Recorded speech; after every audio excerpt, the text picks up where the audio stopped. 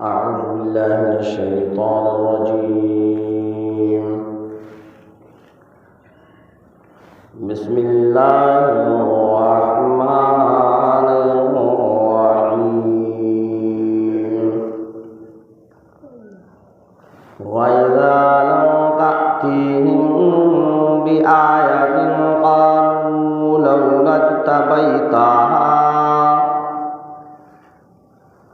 قل إنما أتبع ما يوحى إلي من ربي هذا بصائر من ربكم وهدى ورحمة لقوم يؤمنون. وإذا قرئ القرآن فاستمعوا له وانصتوا لعلكم ترحمون. واذكر ربك في نفسك تضرعا وخيفة ودون الجهر من القول بالغدو والآصال ولا تكن من الغافلين. إن الذين عند ربك لا يستكبرون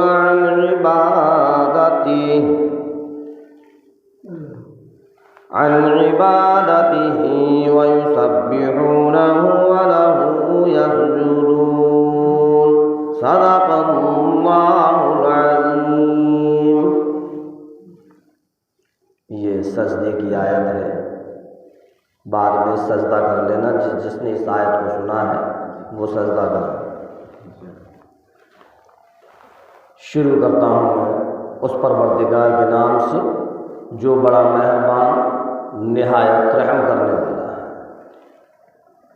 سورہ اعراف 90 پارے کی 14ویں رکوع کی آخر کی آیتیں ہیں اور انہی آیتوں پر سورہ اعراف بھی ختم ہے. سورہ اعراف کی بھی آخری آیتیں ہیں اور 90 رکوع کے 90 پارے کے 14ویں رکوع کی آخری آیت ہے. اللہ کے رسول امام الانبیاء محبوب کبریا سرور کونین صلی اللہ علیہ وسلم جب آپ پر کوئی وحی نازل ہوا کرتی تھی اور آپ لوگوں کو سنایا کرتے تھے تو یہ مشرکین مکہ کہا کرتے تھے نعوذ باللہ کوئی آسمانی کلام نہیں ہے، یہ کوئی اللہ کا بھیجا ہوا کلام نہیں ہے، یہ تو تم رات بھر خود اپنی طرف سے بناتے ہو گھڑتے ہو اور صبح ہم لوگوں کو سنا دیتے ہو.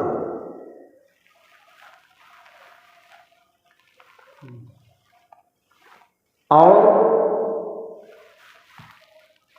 جب وحی آنے میں کچھ دیر ہوتی تھی، کسی دن جب وحی نہیں آتی تھی تو یہ مشرکین مکہ تمسخر کیا کرتے تھے، مذاق اڑایا کرتے تھے اور کہا کرتے تھے کہ آج کوئی نشانی نہیں دکھلاؤ گے، آج کوئی آیت نہیں سناؤ گے.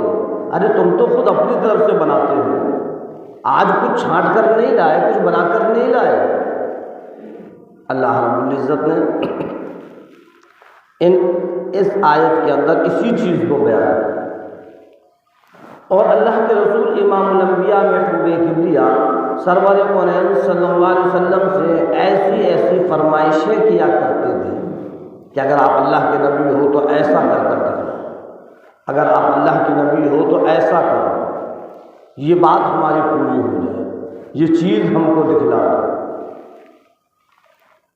اللہ کے رسول سرکار دو عالم صلی اللہ علیہ وسلم وحی کا انتظار کیا کرتے تھے اور جب وحی نازل ہو جایا کرتی تھی تو اس وحی کو ان لوگوں کو سنا دیا کرتے تھے.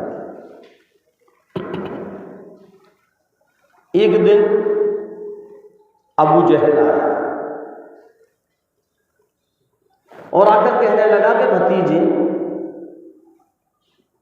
چل میں ایمان لے آؤں گا اگر تم مجھ کو بتا دے کہ میری مٹھی کے اندر کیا ہے۔ اللہ کے رسول سرکار دو عالم صلی اللہ علیہ وسلم نے فرمایا کہ چچا جان اگر جو آپ کی مٹھی کے اندر ہے وہ خود ہی بندہ خود ہی کلمہ پڑھنے لگے۔ ابو جہل کہنے لگا ایسے کیسے ہو سکتا ہے؟ اتنا کہنا تھا کہ مٹھی کے اندر سے آواز آنے لگی اشہد ان لا الہ الا اللہ واشہد ان محمدا عبدہ ورسولہ۔ اس نے فوراً ایک دم مٹھیوں کو کھولا اور کہا واہ بھتیجے تو نے ان کنکریوں پر بھی جادو کر دیا، یہ بھی بولنے لگی۔ اتنے ہٹ دھرمی وہ لوگ تھے جیسے کہ ابو جہل ہے، ابو لہب ہے، عتبہ ہے، شیبہ ہے، بڑے ہٹ دھرمی لوگ تھے، سب کچھ جاننے کے باوجود پھر بھی ایمان نہیں لاتے تھے اور آپ صلی اللہ علیہ وسلم کو جادوگر کہا کرتے تھے۔ اللہ رب العزت نے فرمایا وَإِذَا لَمْ تَأْتِهِمْ بِآيَةٍ، اور جب ان کے پاس آپ کوئی آیت کوئی نشانی لے کر نہیں پہنچتے قَالُوا لَوْلَا اجْتَبَيْتَهَا، تو وہ لوگ کہتے ہیں کہ آج کچھ آپ اپنی طرف سے چھانٹ کر نہیں لائے، کچھ اپنی طرف سے گھڑ لیتے، جیسے کہ تم تو اپنی طرف سے بنا لیتے ہو، تم تو گھڑ لیتے ہو، آج کچھ ہم کو نہیں سنا ہوگا۔ بڑے بڑے شاعر اور بڑے بڑے دانشور تھے ان مشرکین مکہ کے اندر۔ اللہ رب العزت نے فرمایا کہ اے لوگوں میرا نبی تو ایک امی نبی ہے، جب وہ کچھ پیش کر سکتا ہے، جب اپنی طرف سے وہ کچھ کلام بنا سکتا ہے فَأْتُوا بِسُورَةٍ مِّن مِّثْلِهِ، تو تم بھی اسی جیسی کوئی ایک صورت بنا کر دکھاؤ۔ تم تو بڑے بڑے شاعر ہو، تم تو بڑے فصیح کلام والے ہو، جب میرا نبی بنا سکتا ہے تو تم بھی بنا سکتے ہو، لیکن کون بنا سکتا ہے؟ وہ تو اللہ کا کلام ہے، دنیا کا کلام ہے ہی نہیں۔ بہت کوشش کی ان لوگوں نے کہ ہم اس جیسا کلام بنا کر دکھلائیں، لیکن کوئی بنا نہ سکا، کوئی اس کلام کو بنانے پر قادر نہیں ہو سکا۔ اور کیسے ہو؟ اللہ کا مقابل کون ہو سکتا ہے؟ یہ تو اللہ کا بھیجا ہوا کلام ہے، یہ تو اللہ رب العزت نے اپنے پیارے حبیب سرکار دو عالم صلی اللہ علیہ وسلم پر نازل کیا اور یہ فرمایا کہ آؤ تم اور جتنے تمہارے یہ باطل معبود ہیں ان تمام کو پکار لو اور تم سب مل کر فَأْتُوا بِسُورَةٍ مِّن مِّثْلِهِ، اسی جیسی کوئی صورت بنا کر دکھلاؤ۔ ارے صورت تو بہت دور کی چیز ہے، تم ایک آیت ہی بنا کر دکھلا دو۔ تو یہ لوگ کہا کرتے تھے کہ آج اپنی طرف سے کچھ بنا کر نہیں لائے، کچھ چھانٹ کر نہیں لائے۔ قُلْ إِنَّمَا أَتَّبِعُ مَا يُوحَىٰ إِلَيَّ مِن رَّبِّي، ارشاد فرمایا پروردگار عالم نے میرے محبوب آپ ان لوگوں سے کہہ دیجئے میں تو صرف اس بات پر عمل کرتا ہوں، میں تو اس حکم کی پیروی کرتا ہوں جو میرے رب کی طرف سے مجھ پر نازل ہوتا ہے۔ جو اللہ کا حکم آتا ہے میں اس حکم پر چلتا ہوں، جو اللہ کی طرف سے جو وحی نازل ہوتی ہے اس وحی پر عمل کرتا ہوں، اس کی پیروی کرتا ہوں۔ میں تو اللہ کی وحی کو، اللہ کے کلام کو، قرآن کریم کی آیتوں کو میں سناتا ہوں جو اللہ کی طرف سے نازل ہوتی ہیں۔ هَذَا بَصَائِرُ مِن رَّبِّكُمْ، یہ تمہارے رب کی طرف سے بڑی سوجھ بوجھ کی باتیں ہیں۔ وَهُدًى وَرَحْمَةٌ لِقَوْمٍ يُؤْمِنُونَ، اور یہ ہدایت بھی ہے اور رحمت بھی ہے ان لوگوں کے لیے جو ایمان والے ہیں۔ کون؟ یہی قرآن کریم کی آیت ہے، بڑی نصیحت ہے، سوجھ بوجھ کی باتیں ہیں، ہدایت ہے اور رحمت ہے ان لوگوں کے لیے جو ایمان والے ہیں۔ وَإِذَا قُرِئَ الْقُرْآنُ فَاسْتَمِعُوا لَهُ وَأَنصِتُوا لَعَلَّكُمْ تُرْحَمُونَ۔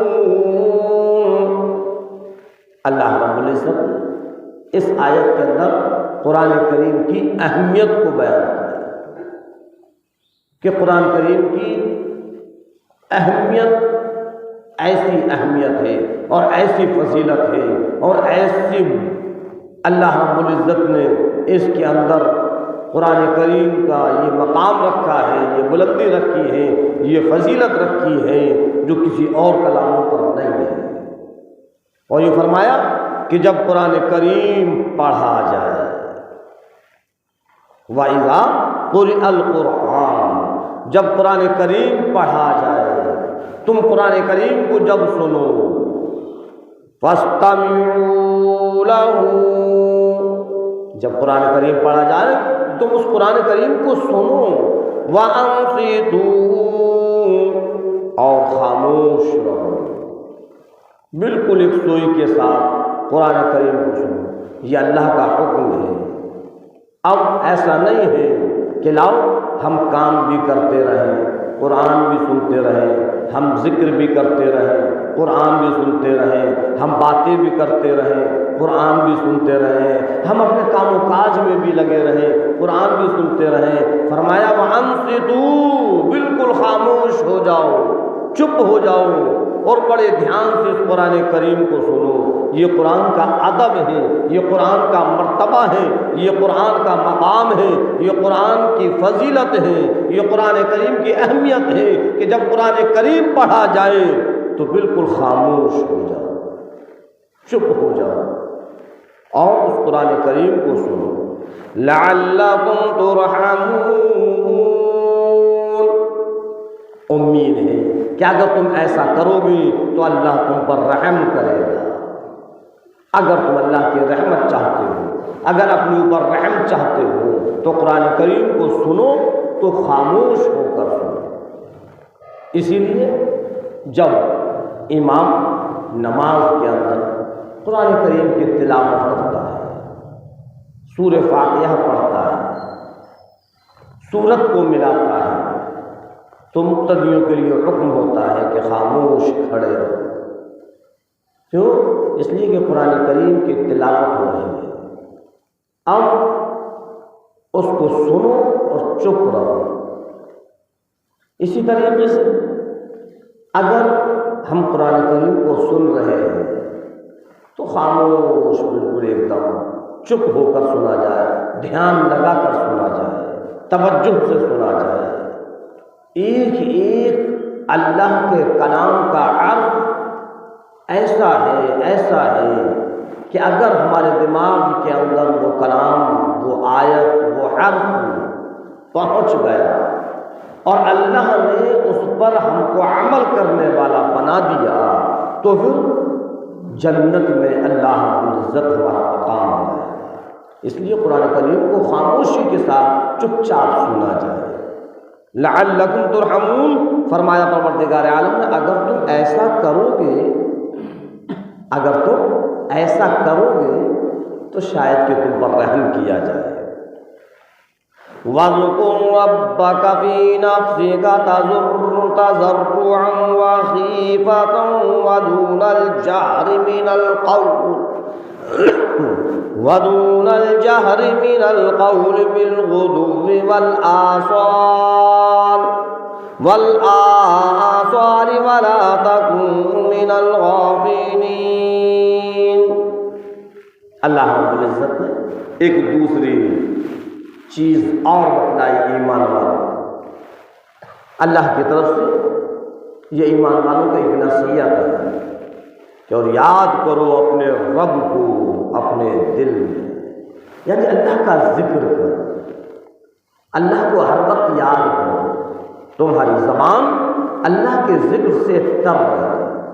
دونوں طریقے سے اللہ نے بتلایا کہ اگر تضرعا وخیفا، زور سے بھی کر سکتے ہو، گڑ گڑا کر سکتے ہو، رو کر سکتے ہو، آہستہ آہستہ بھی کر سکتے ہو، اپنے دل میں اللہ کو یاد کرو، اللہ کا ذکر کرو، اور اللہ کا ذکر بے شمار، کچھ نہیں آتا، کچھ نہیں آتا، ہم کچھ نہیں جانتے، تو بس ہم تسبیح پکڑ لیں، اللہ اللہ اللہ اللہ، بس یہی پڑھتے رہیں، اللہ اکبر اللہ اکبر اللہ اکبر، یہ پڑھتے رہیں، سبحان اللہ سبحان اللہ سبحان اللہ، الحمدللہ الحمدللہ، یہ سب اللہ کے ذکر ہے۔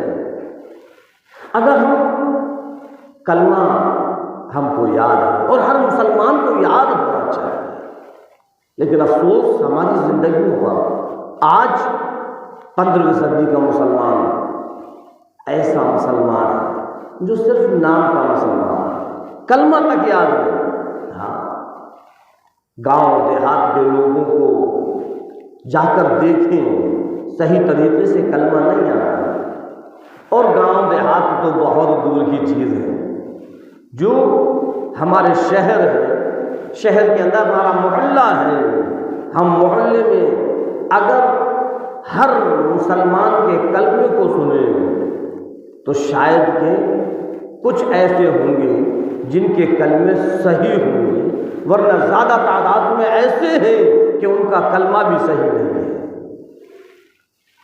یاد ہونا چاہیے کلمہ لا الہ الا اللہ محمد رسول اللہ، اشہد ان لا الہ الا اللہ واشہد ان محمدا عبدہ ورسولہ، یہ تو ہر مسلمان کو یاد ہونا چاہیے۔ اللہ کا ذکر ہے، کچھ نہیں آتا، ہم اس کلمے کا ذکر کرتے رہیں، اللہ اللہ کرتے رہیں، اللہ اکبر کرتے رہیں، سبحان اللہ پڑھتے رہیں، الحمدللہ الحمدللہ پڑھتے رہیں، یہ سب اللہ کا ذکر ہے۔ اور یہ فرمایا پروردگار عالم نے تضرعا وخیفا، گڑ گڑا کر بھی اللہ کا ذکر کریں، خاموشی کے ساتھ بھی اللہ کا ذکر کریں۔ اور یہ فرمایا بالغدو والآصال، صبح بھی اللہ کا ذکر ہو، شام بھی اللہ کا ذکر۔ صبح سے مراد کیا ہے اور شام سے مراد کیا ہے؟ وَاذْكُرْ رَبَّكَ فِي نَفْسِكَ تَضَرُّعًا وَخِيفَةً وَدُونَ الْجَهْرِ مِنَ الْقَوْلِ، یاد کر اپنے رب کو اپنے دل میں گڑ گڑا کر، آہستہ بھی، صبح بھی اور شام۔ فجر کی نماز کے بعد بڑا بہتر وقت ہے، بڑا سہانا وقت ہے، بڑا سکون ملتا ہے۔ فجر کی نماز کے بعد آپ اللہ کے ذکر میں لگ جائیں، اٹھو نماز پڑھو، اور نماز پڑھ کر پھر اللہ کا ذکر کرو۔ اور اگر آپ کو کوئی کام نہیں ہے، کوئی کسی چیز کا مشغلہ نہیں ہے، تو اشراق تک اپنا ذکر کرتے رہو، اور اشراق کی نماز پڑھ کر پھر اپنے کام و کاج میں لگ جاؤ۔ یہ تو صبح ہو گیا۔ اب اللہ نے فرمایا شام کے وقت، وہ عصر کے بعد ہے، عصر کی نماز کے بعد اگر آپ کا کوئی کام نہیں ہے، کوئی مشغلہ نہیں ہے، کوئی آپ کسی ضرورت نہیں ہے آپ کو کسی چیز کی، بالکل خالی ہے، عصر کی نماز کے بعد بیٹھ جاؤ اور اللہ کا ذکر کرتے رہو، مغرب پڑھ کر پھر اپنے گھر پر جاؤ، پھر اپنے کام و کاج میں لگو۔ اور اگر آپ مشغلہ ہے، کوئی آپ کاروباری ہیں، آپ محنت مزدوری والے ہیں، آپ ملازمت والے ہیں، تو اپنے کام بھی کرتے رہو، ذکر بھی کرتے رہو، آپ ملازمت بھی کرتے رہو، ذکر بھی کرتے رہو، آپ اپنی جگہ بیٹھ کر دکانداری بھی کرتے رہو اور ذکر بھی کرتے رہو۔ ذکر تو ہر حال میں ہونا چاہیے۔ اللہ نے جو خاموش بتلایا کہ وہ قرآن کے لیے ہے کہ جب قرآن کریم پڑھو تو سارے کے سارے کاموں کو بند کرو اور خاموش ہو جاؤ، اگر اس کو سن رہے ہو تو خاموشی کے ساتھ ہو۔ لیکن ذکر کے لیے ایسا نہیں ہے، آپ دل ہی دل میں ذکر کرتے رہو، اپنے کام و کاج میں لگے رہو، محنت مزدوری میں لگے رہو، ملازمت میں لگے رہو، فجر کے بعد بھی اور عصر کے بعد بھی، بالغدو والآصال، صبح بھی اور شام بھی۔ وَلَا تَكُن مِّنَ الْغَافِلِينَ، اور یہ فرمایا کہ تم غافل لوگوں میں سے مت ہونا جو بالکل ایک دم غفلت میں پڑے ہوئے ہیں، نہ ان کو اللہ کی یاد ہے، نہ کبھی ان کو نماز کی پرواہ ہے، نہ ان کو کبھی اللہ کے ذکر کی پرواہ ہے۔ ایسے مت ہونا۔ ایمان والے کی شایان شان یہ نہیں ہے۔ ایمان والے کی شایان شان تو یہ ہے کہ ہر وقت وہ اللہ کے ذکر میں لگا رہے، اللہ کی یاد میں لگا رہے۔ اللہ کو تم یاد کرو گے، اللہ تم کو یاد کرے۔ ان الذين عندك ربك لا يستكبرون عن عبادتي، اور بے شک وہ لوگ جو اپنے رب کے نزدیک ہیں، جو اپنے رب کے قریب ہیں، جو اپنے رب کے بالکل ایک دم ہر وقت وہ اپنے رب کو یاد کرنے میں لگے رہتے ہیں، تو وہ اس کی عبادت سے کبھی غرور اور گھمنڈ اور تکبر نہیں کرتے، کبھی ان کے اندر بڑائی نہیں آتی کہ ہم تو اتنی نماز پڑھتے ہیں، ہم تو بڑے متقی پرہیزگار ہیں، اب ہم سے بڑا کوئی نہیں ہے۔ نہیں، ان کے اندر کبھی گھمنڈ نہیں آتا۔ اللہ فرمایا اس چیز کو کہ وہ اس کی عبادت سے کبھی بھی اپنے آپ کو گھمنڈ نہیں کرتے، تکبر نہیں کرتے، کبھی اپنے آپ کو بڑا نہیں سمجھتے۔ وَيُسَبِّحُونَهُ وَلَهُ يَسْجُدُونَ، اور اسی کی پاکی بیان کرتے رہتے ہیں اور اسی کے لیے وہ سجدے کرتے ہیں۔ اللہ رب العزت ہم سب کو کہنے اور سننے زیادہ عمل کرنے کی توفیق عطا فرمائے۔ وَمَا عَلَيْنَا إِلَّا الْبَلَاغُ، جس نے اس آیت کو سنا ہے وہ ایک سجدہ کرے۔